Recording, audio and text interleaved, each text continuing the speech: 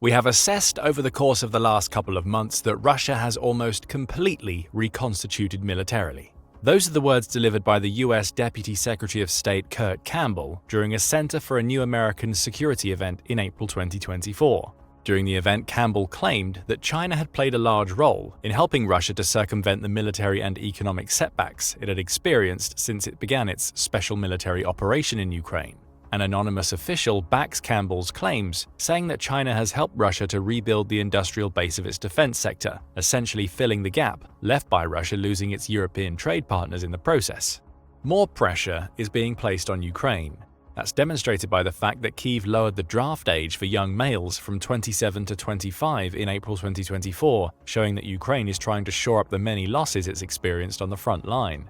If all of this is true, then Russia's army must be in a strong position. It's reconstituted, meaning it's back to the power it had when it first launched the invasion, and it's ready to build more munitions to keep its war in Ukraine going for as long as needed.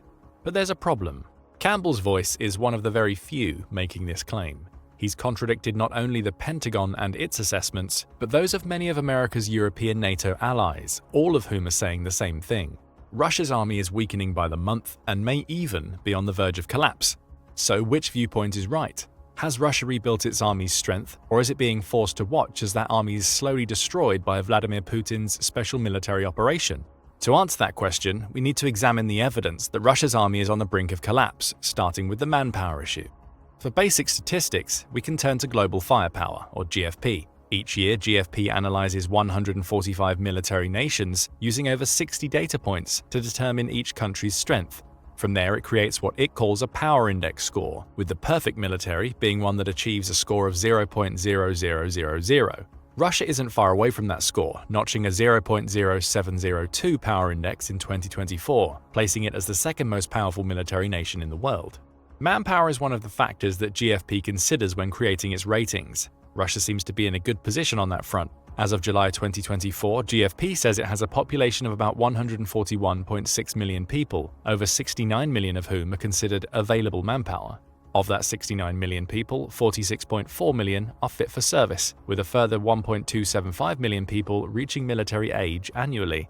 As for the current military, Russia has 1.32 million active personnel, placing it fifth in the world, along with 2 million reservists.